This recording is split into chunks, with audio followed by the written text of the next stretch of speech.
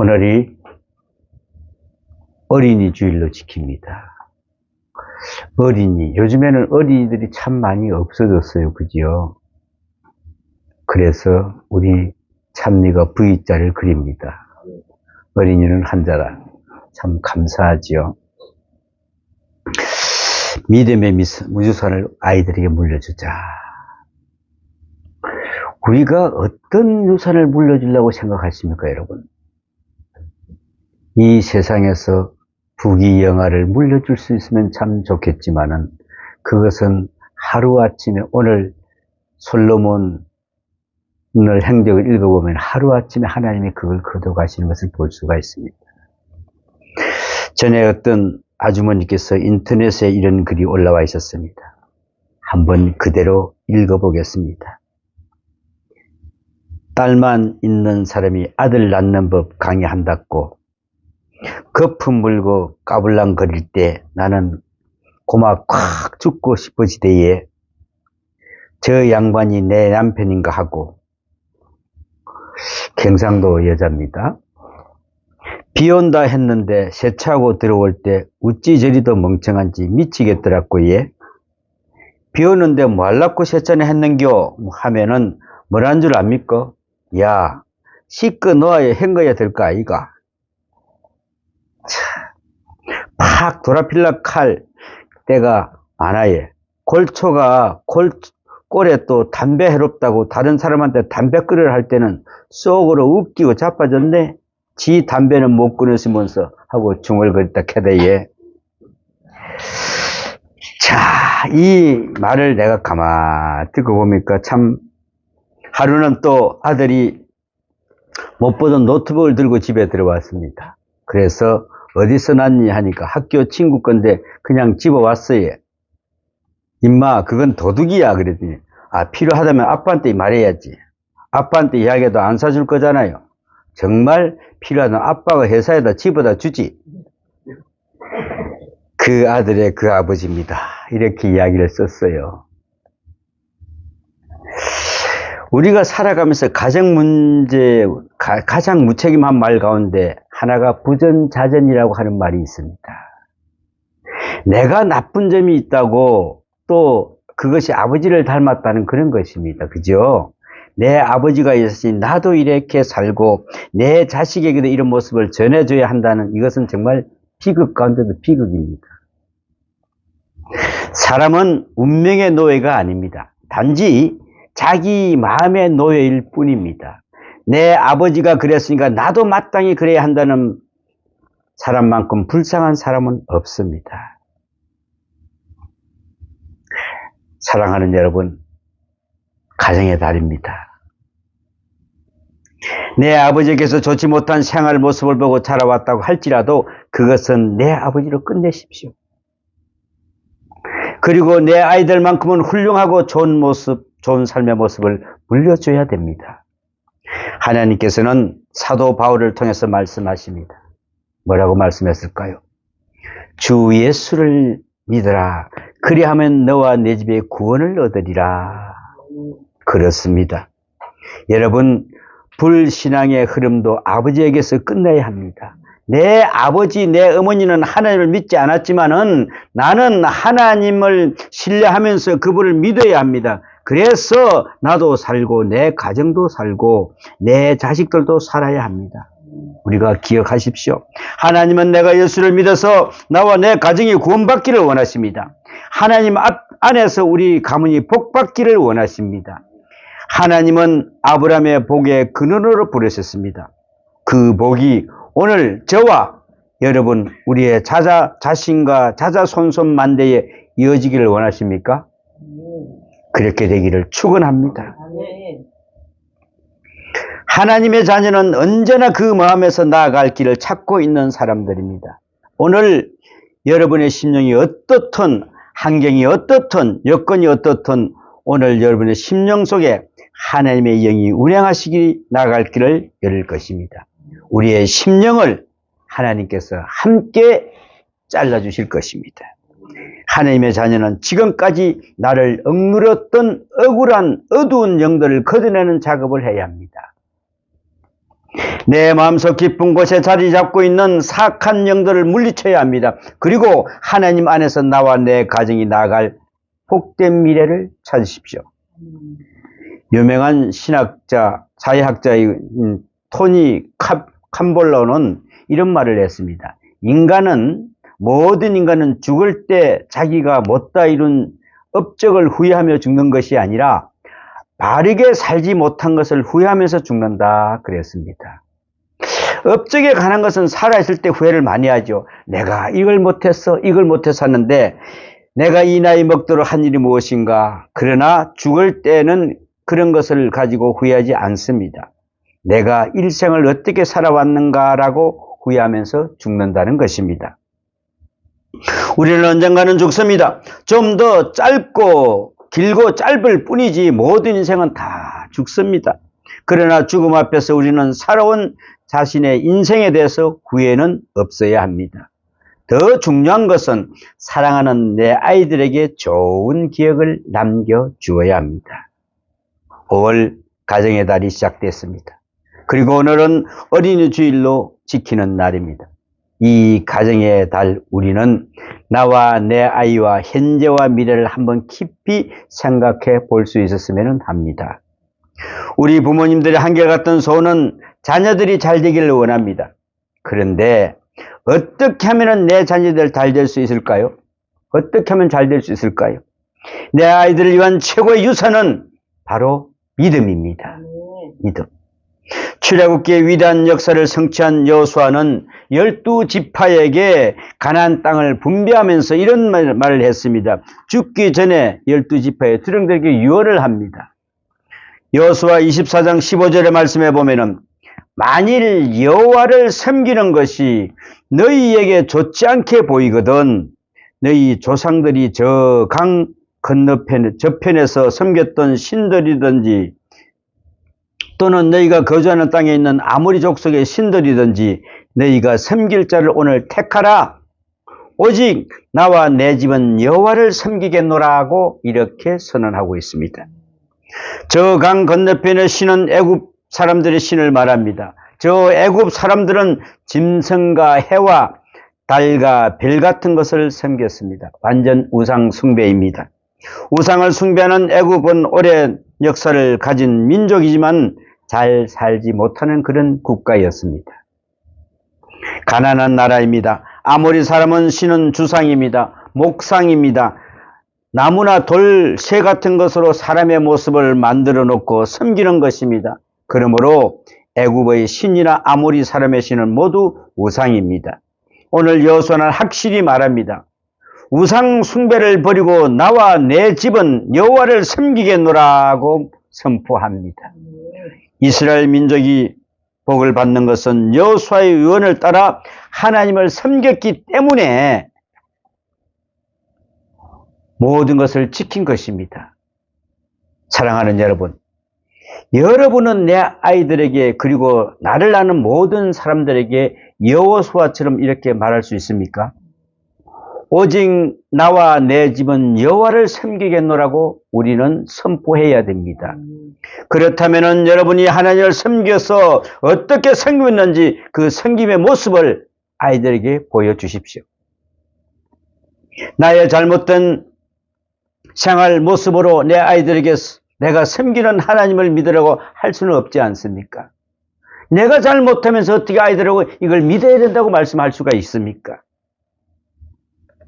진실하지 못한 모순된 생활을 하면서 다른 사람들에게 똑바로 믿으라고 어떻게 말할 수가 있습니까? 이것은 바로 윗선입니다. 바로 거짓입니다. 하나님께서 보고 계십니다, 여러분.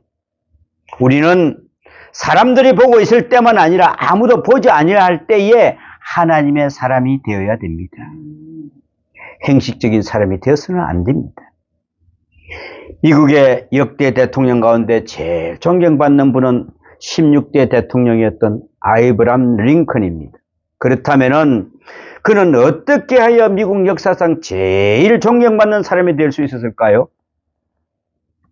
그는 그의 어머니에게 세상에서 제일 좋은 유산을 받았기 때문입니다. 링컨의 어머니 낸시 행커스는 링컨이 10살 되는 해인 1818년에 10월 5일에 풍토병으로 세상을 떠났습니다. 그 아이가 10살이었습니다. 죽기 전 그녀는 어린 아들 링컨의 손을 붙잡고 다음과 같은 유언을 했습니다. 사랑하는 에이브야. 여기서 에이브야라는 링컨의 애칭입니다. 사랑하는 에이브야, 이 성경책은 내 부모님으로부터 물려받은 것이다. 내가 여러 번 읽어서 많이 낡았지만 우리 집의 값진 보물이란다. 나는 너에게 100에이커의 땅을 물려주는 것보다 이 한 권의 성경책을 물려주는 것을 진심으로 기쁘게 생각한다. 에이브야, 너는 성경을 부지런히 읽고 성경의 말씀대로 하나님을 사랑하고 이웃을 사랑하는 사람이 되어다오. 이것이 나의 마지막 부탁이다. 그러면서 약속할 수 있겠니? 이렇게 이야기합니다. 어린 링컨이었지만은 어머니의 유언을 마음속에 깊이 간직하고 그 약속을 잘 지켰습니다. 링컨은 어머님을 정말 존경했습니다. 링컨은 어머니의 신앙교육을 깊이 감사했습니다. 링컨은 성년이 되었을 때에 친구에게 다음과 같이 어머니의 그 추억을 이야기했습니다. 내가 아직 어려서 글을 읽지 못할 때에 어머니께서는 날마다 성경을 읽어주셨고 나를 위해서 기도하는 것을 쉬지 않았다네. 통나무 집에서 읽어주시던 성경 말씀과 기도 소리가 지금도 내 마음을 울리고 있네. 나의 오늘, 나의 희망, 나의 모든 것은 천사와 같은 나의 어머니에게서 물려받은 것이라네. 그랬습니다. 링컨이 이 위대한 신앙이 될 수 있었던 것은 어머니에게서 받은 믿음의 유산 때문이었습니다. 여러분, 내 자식에게 최고의 선물을 물려주고 싶은 것은 유산은 무엇입니까? 내 생명보다 더 귀한 금쪽 같은 내 아이들을 위해서 최고의 유산을 우리가 무엇을 물려줘야 되겠습니까, 여러분? 1970년대 독일에 있는 어느 부호가 모든 재산을 사회복지재단에 다 기증했습니다. 5 자녀에게 재산을 물려주지 않아서 서운한 생각이 들지 않느냐고 그 기자들이 물었을 때에 큰 아들에게 이렇게 말했다고 합니다. 아버지께서는 도시락 가방 하나 유산으로 남겼습니다. 그러나 나는 그분은 늘 우리 자녀들을 위해서 밤마다 기도해 주셨습니다. 바로 이 기도의 유산은 이 유산보다 더 값진 것이라고 생각합니다. 이렇게 고백했다고 합니다. 그렇습니다. 부모가 기도하면서 살면 내 아이들은 기도하면서 살아갈 것입니다.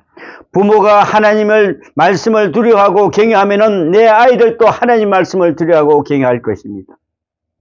부모가 진실되게 하나님을 섬기고 헌신의 삶을 살면 내 아이들도 그렇게 살아갈 것입니다. 그러나 부모가 기도하지 않으면 내 아이들도 기도하지 않습니다. 부모가 진실되지 못한 생활을 보여주면서 하나님을 섬기면 내 아들은 자라서 하나님을 섬기는 것을 정말 우습게 볼 겁니다. 우리 부모들도 그랬는데 내가 무슨 하나님을 섬기겠느냐고. 어른들이 하는 대로 우리 아이들은 따라서 합니다. 그러므로 돈 몇 푼 더 물려주고 아둥바둥 거리면서 거짓된 생활로 살지 말고 돈 몇 푼 못 벌어도 진실한 생활의 모습을 아이들에게 보여주십시오. 이것이 바로 믿음의 재산입니다. 세상의 명예를 쫓아서 불나방처럼 이리저리 돌아다니는 헛된 모습을 보이지 말고 하나님을 잘 섬기는 모습을 여러분 보여주십시오. 마음과 뜻과 정성을 다하여 하나님을 사랑하면은 우리의 아이들도 그렇게 하나님을 사랑할 것입니다. 우리 하나님께서는 분명하게 말씀하십니다. 무슨 말씀일까요? 출애굽기 20장 6절 말씀을 한번 제가 읽어드리겠습니다. 나를 사랑하고 내 계명을 지키는 자에게는 몇 대까지요? 3대까지? 한 5대까지만 할까 그냥? 1000대까지 은혜를 베푸느니라. 1000대까지. 하나님께서 우리를 얼마나 사랑하시는지 믿고 따르기만 하면, 순종하면 천대까지 우리에게 은혜를 베푸신다고 하십니다. 여러분, 여러분에게 주신 이 말씀을 믿으십니까? 믿으신다면 진심으로 하나님을 사랑하십시오. 그리고 온 마음과 정성을 다하여 하나님을 사랑하고 힘써 그분의 계명을 지키는 모습을 아이들에게도 보여주십시오. 아이들 앞에서 정말 믿음으로 멋진 부모님들이 모습으로 그래서 자자손손 천대까지 하나님으로부터 풍성한 복을 받아 누리시기를 축원합니다. 오늘 본문은 이렇게 시작합니다.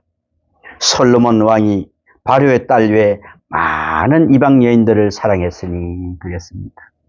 모압과 암몬, 에돔, 시돈, 헷 여인이라 한마디로 솔로몬은 여자들을 참 좋아했던 것 같습니다. 그것도 이스라엘 백성이 가까이 하서는 안 되는 이웃 나라의 이방 여자들을 좋아했습니다.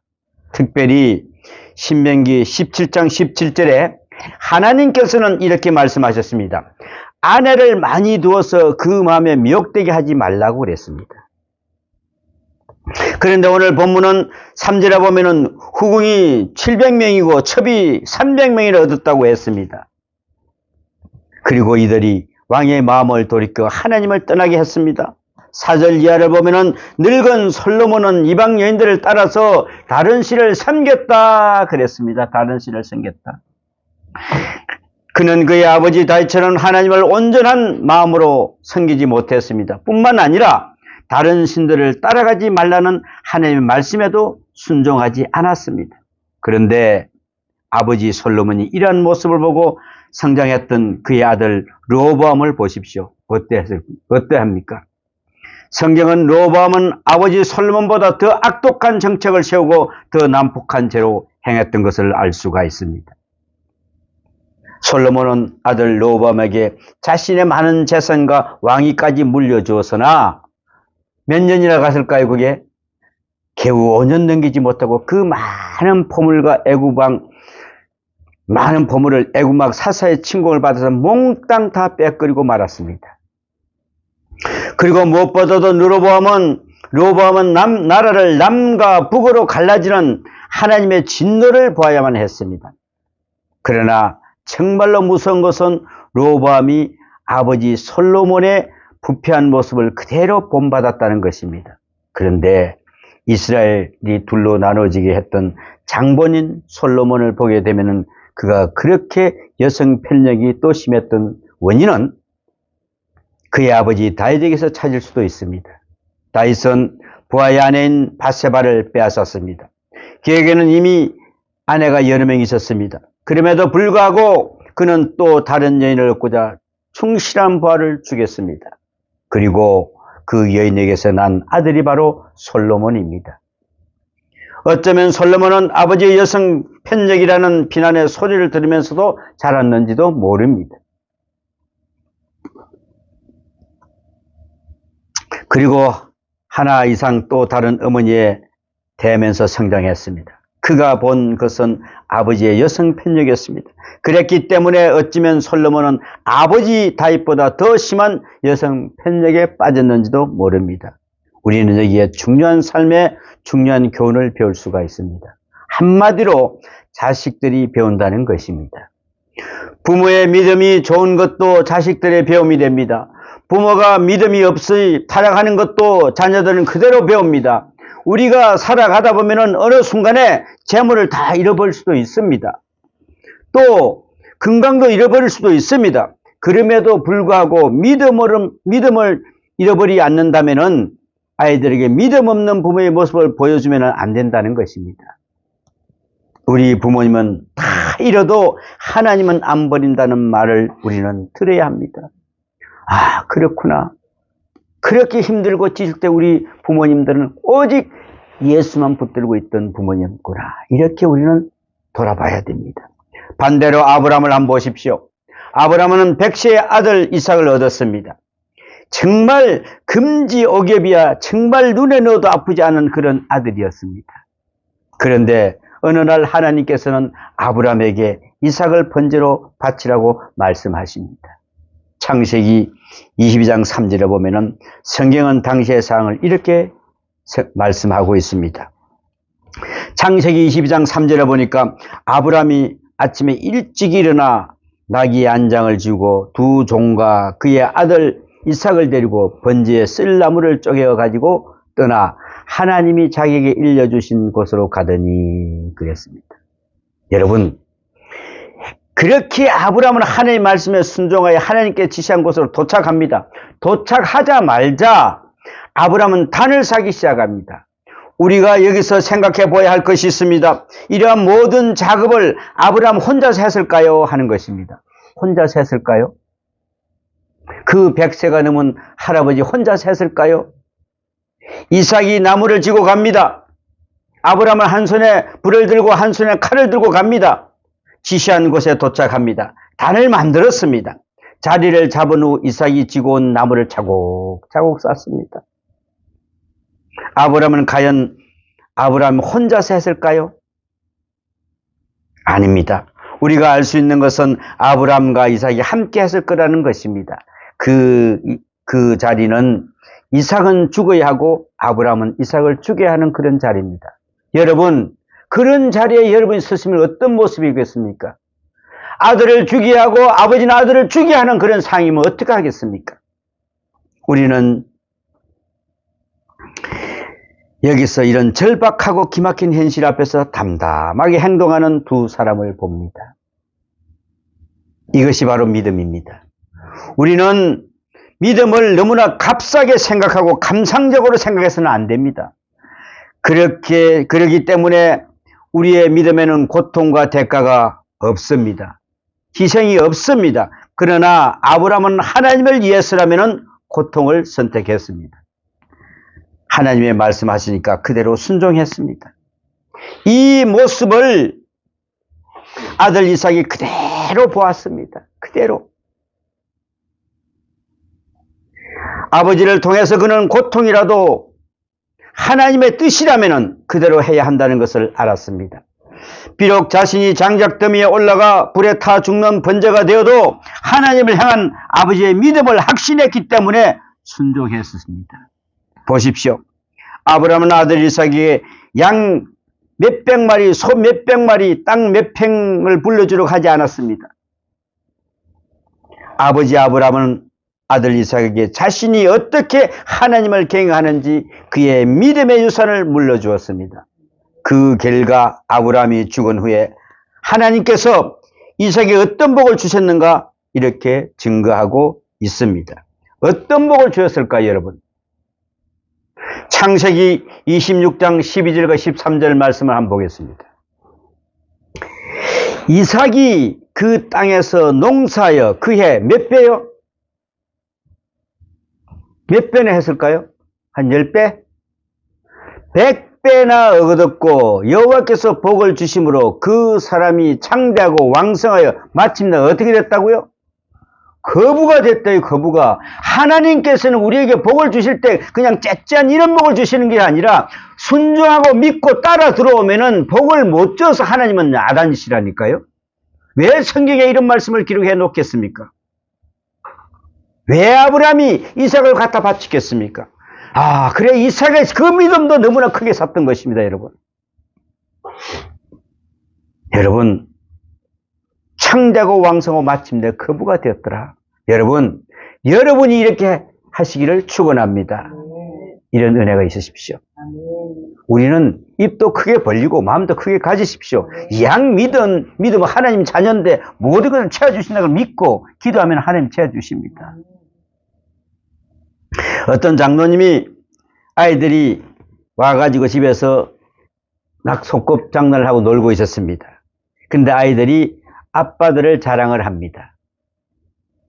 우리 아빠는 시장님하고 참 친해. 보통 아이가 아니죠. 시장님하고 친한 아빠. 또 다른 아이가 우리 아빠는 국회의원님하고 너무나 친해. 장로님 아들이 가만히 있다가 이렇게 말하더랍니다. 뭐라고 했을까요? 우리 아빠는 하나님하고 친해. 아들의 이 말을 듣고 있던 장로님이 이렇게 생각했다고 합니다. 아, 내 아이를 헛되게 맞지 않게 키웠구나. 헛되지 않게 키웠구나. 내가 헛되게 살지 않았구나. 그리고는 마음이 든든해지더랍니다. 여러분, 우리 아이들이 놀면서도 하나님과 친한 우리 아버지, 하나님과 친한 우리 어머니, 이런 모습이 보여야 됩니다. 사랑하는 여러분, 믿음이 무엇입니까?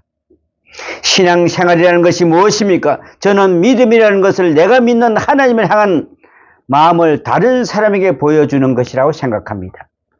내가 사랑하는 믿음, 내가 하나님을 향한 믿음이 다른 사람에 보여야 됩니다. 내가 어떻게 주님을 사랑하는지 내 가정과 내 아이들에게 눈으로 보여줘야 한다는 것이라고 생각합니다. 자녀들은 눈으로 보고 그대로 행한다고 합니다. 그런데 문제는 자녀들은 부모님의 좋은 점만 보다는 오히려 나쁜 점을 더 빨리 배운다는 것입니다. 그렇기 때문에 정말로 자녀를 사랑한다면 기도하는 모습을 보여주십시오. 헌신하는 모습을 보여주십시오. 사랑하는 모습을 보여주십시오. 아이들에게 신앙의 산 증인으로 살아있는 부모의 모델이 되어 주셔야 됩니다. 제발 아이들에게 믿음 없는 사람의 모습을 보여주지 마십시오. 믿지 않는 사람보다는 더 못한 행동을 아이들에게 보여주지 마십시오, 여러분. 부모님의 못난 인생이 내 아이를 못난 아이로 만들지 마십시오, 여러분. 아이들이 모르는 것 같아도 다 알고 있습니다. 다만 모른 척 할 뿐입니다. 그리고 그 아이가 좀 더 자랐을 때는 부모를 존경하지 않거나 부모가 믿는 그 하나님을 버리게 될지도 모릅니다. 그렇다면은 그 책임은 누가 져야 합니까, 여러분? 누가 지시려고 그러십니까? 우리는 정말 아이들에게 기도하는 모습 보여야 됩니다. 빌 하이벨스 목사님이 쓴 책 가운데 아무도 보는 이 없을 때 당신은 누구인가? 라는 제목의 책이 있습니다. 아무도 보지 않을 때는 당신은 어떤 모습일까요? 어떤 모습입니까? 사람들은 누구나 남의 시선을 의식할 때는 나름대로 최선을 다합니다. 그러나 아무도 보는 사람이 없을 때는 어떻게 합니까, 여러분? 요즘에는 유튜브라든지 이런 인터넷을 가정에서 많이 보니까 집에서 어떤 모습으로 예배를 드리고 있을까요? 저는 그게 제일 궁금합니다. 정말 옷이라도 제대로 입고 예배를 드릴까요? 아니면은 눈곱이라도 떼고 예배를 드릴까요? 저는 제일 그게 궁금합니다. 그냥 일어날 수 있는 모습 그대로 지금은 또 예배를 시작하니까 이거 봐야 되겠구나 이런 모습이 아닌지요. 제 유튜브를 보고 있는 분들이 아마 그런 모습으로 보면은 참 저는 어떻게 해야 될는지 모르겠습니다. 그러나 아무도 보는 사람이 없을 때는 어떻게 합니까? 사실은 아무도 보는 사람이 없을 때는 그때의 인격이 드러난다고 합니다. 그것은 아무도 보는 사람이 없을 때 우리가 하는 행동입니다. 그렇다면 여러분은 아무도 보는 이가 없을 때는 여전히 믿음의 사람입니까? 아니면은 좀 더 이야기를 하자면 내 눈이 아닌 하나님의 눈을 본다면 나는 어떻게 할까요? 하나님께서 내 행동을 보고 있다면 여러분 어떻게 하시겠습니까? 아니 내 눈이 아닌 남편의 눈이나 아내의 눈을 본다면 또 지금의 나는 어떤 모습일까? 또 내 눈이 아닌 아이들의 눈을 본다면 나는 어떤 모습으로 말할 수 있을까? 한번 생각해 보시기 바랍니다. 여전히 믿음의 사람이라고 할 수 있을까요? 겸손한 하나님의 사람이라고 말할 수 있을까요? 한번 생각해 보아야 합니다. 우리는 절대로 종교적인 행위를 하다가 떠나지 마십시오. 아이들에게는 종교적인 모습만 보여주다가나 떠나가지 마십시오. 종교가 한 인간과 한 집안의 준패는 어마어마합니다. 잘못된 종교 때문에 나라가 망합니다. 백성이 망하고 국민이 망합니다, 여러분. 잘못된 종교적인 행위 때문에 내 아들을 대대로 모순과 고통 속에서 살게 된다는 것을 우리는 잊지 말아야 됩니다. 자신이 삶을 어떻게 해석하고 바라보느냐에 따라서 감정도 결국은 결정적이 됩니다. 지난 어린 시절을 돌아보면은 정말 우리가 이해할 수 없었던 감정과 기분에 들어갈 때가 있습니다. 아니야, 이건 아니야. 나는 우리 아버지처럼 되지 않을 거야. 나는 내 어머니처럼 살지는 않을 거야. 여러분, 우리 어떤 일을 당할 때 기분과 감정의 포로가 되어서는 천길만까지 만길 떨어지는 그런 것입니다. 감정의 포로가 되지 마십시오. 그런데 장성에서 결혼을 하고 아이를 낳은 지금 나를 돌아보면 혹여 나도 내 아이들에게 그런 감정과 기분을 전해주고 있지는 않습니까? 한번 생각해 보십시오. 먼저 내면의 자리를 잡고 있는 분노와 절망을 걷어내십시오. 분노와 절망 대신에 평화로운 마음으로 지금부터 다르게 살겠다. 지금 이 시간에 나는 달라졌다고 하는 지금 이 시간부터 두 번 다시는 나는 감정과 기분으로 포로가 아니라고 우리는 맹심해야 됩니다. 내 안에 숨겨진 하나님의 능력으로 나는 하나님과 특별한 관계에 있다고 외칠 수 있는 결단을 우리를 하십시오. 나는 하나님의 자녀다. 믿음의 결단을 영혼을 치유하는 것이 약입니다. 지금 성령의 힘이 운영하실 때에 모든 낡고 어리석은 생각으로부터 우리는 해방되어야 됩니다. 때로는 내 자신에 보여주는, 때로는 내가 나를 봐도, 때로는 내 주변에 사랑하는 사람들이 하는 행위를 봐도, 때로는 자기 자신도 자신이 보여주는 모습에 실망스러울 때가 있습니다. 그러나 아직도 내 영혼이 어디에는 희망의 불씨가 있다고 하는 믿음을 버려서는 안 됩니다. 그리고 이제부터라도 아이들에게 분노와 절망의 감정을 물려주지 마십시오. 혹시 여러분 화가 날 때도 한번 쉬었다가 하십시오. 아이들 다 보고 있습니다. 이삭은 그 자녀들을 축복했습니다. 야곱도 그 자녀들을 축복했습니다. 믿음으로 살다가 믿음으로 죽으며 하나님 앞에 받았던 축복과 약속과 비전을 남기고 죽었습니다. 이것이 바로 그들의 인생이었습니다. 여러분, 믿음의 중에 최고의 믿음은 자녀를 축복하는 믿음이라 그랬습니다. 믿음의 결정은 축복하는 순간 이 땅에서도 영원히 대를 이어가고 영원히 남는 믿음은 축복하는 믿음입니다. 신앙의 총결사는 마지막 때 내가 남기는 축복에 의해 판가름 납니다. 성도가 가진 가장 위대한 재산은 바로 축복권입니다. 축복권. 특별히 부모는 자식을 향하여 축복의 권세가 있습니다, 여러분. 그래서 서양 속담에 이런 말씀이 있습니다. 그 부모의 손끝에는 하나님이 계신다 그랬습니다. 여러분, 이 손으로 내 자식을 저주하면 자식이 저주를 받습니다. 이 손끝으로 내 자식을 축복하면 내 자식이 복을 받게 되는 것입니다. 그러므로 자녀들에게 저주의 손을 내미지 말고 축복의 손을 내미십시오. 그리고 어느 때라도 우리 엄마, 우리 아빠는 믿음대로 살라고 몸부림치는 풍성한 유산을 자녀들에게 물려주십시오. 좋은 가정에 태어난 것은 복입니다. 그러나 좋은 가정을 자녀들에게 물려주는 것은 더 큰 좋은 복입니다. 내 마음에 들지 않는다고 아빠와 엄마를, 자녀를 바꿀 수는 없지 않습니까? 그렇기 때문에 좋은 가정에서 살아가는 것은 놀라운 복입니다. 이 복이 여러분과 함께 하시기를 축원합니다. 그렇다면 내 가정은 건강하고 아름답게 만들기 위해서는 필수적인 것은 무엇입니까? 건강한 믿음의 유산을 이어가는 것입니다.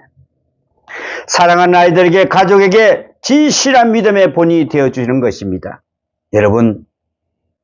여러분의 자녀들에게는 어떤 유산을 물려주시겠습니까? 우리 조상들은 우상 숭배를 자녀들에게 물려주었습니다. 귀신에 섬기는 습관을 물려주었습니다. 거기 보면은 지금도 돼지 머리를 놓고 고사 지내는 습관을 물려주었습니다. 흑우한 날 술만 마시는 모습을 보여주었습니다. 그러나 하나님께서는 이렇게 말씀하십니다. 에베소서 4장 22절과 24절 말씀에 보면은 너희는 유혹의 욕심을 따라 썩어져가는 구습을 따르는 옛 사람을 벗어버리고 오직 너희의 심령으로 새롭게 되어 하나님을 따라 의와 진리와 거룩함으로 지으심을 받은 새 사람을 입어라 그랬습니다. 썩어지가는 그 구석 다 버셔야 됩니다. 옛날 그 모든 걸 다 버려야 됩니다. 이제 새롭게 거듭났습니다. 다시 묻습니다. 여러분, 금쪽 같은 내 아이들에게 어떤 유산을 물려주시겠습니까? 제일 좋은 유산이 무엇이라고 생각합니까? 허랑방탕한 모습을 보여주면 자식들은 정말 망합니다. 여러분, 어떻게 하시겠습니까? 이 한 말씀을 하고 마치겠습니다. 미국의 어느 곳에 가면은 다음과 같은 설명이 붙은 통나무 집이 있답니다. 이 집은 작은 집입니다. 그러나 이 집은 위대한 집입니다. 이 집의 후손들은 미국을 빛나게 했습니다. 그렇게 붙어놨답니다.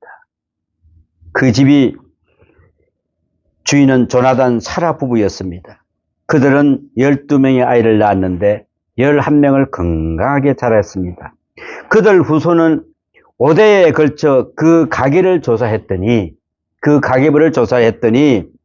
1명의 부통령, 3명의 주지사, 3명의 대도시 시장, 13명의 대학 총장, 139명의 변호사, 33명의 판사, 116명의 목사와 선교사, 75명의 사업가, 25명의 발명가, 68명의 의사, 66명의 교수, 82명의 고위관리가 배출되었습니다. 조나단 사라 부부는 믿음으로 결합했고 그 믿음의 유산으로 자녀들에게 주었기 때문에 그렇습니다. 여러분, 우리가 기도하는 이 기도 자녀들은 보고 있습니다.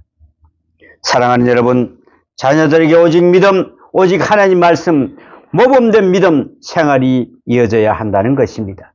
그래서 저와 여러분이 자손만대의 큰 은혜와 복을 받는 믿음의 우선들이 다 되시기를 예수 그리스도 이름으로 축원합니다. 여러분, 이제 그게 다 이루어지겠죠?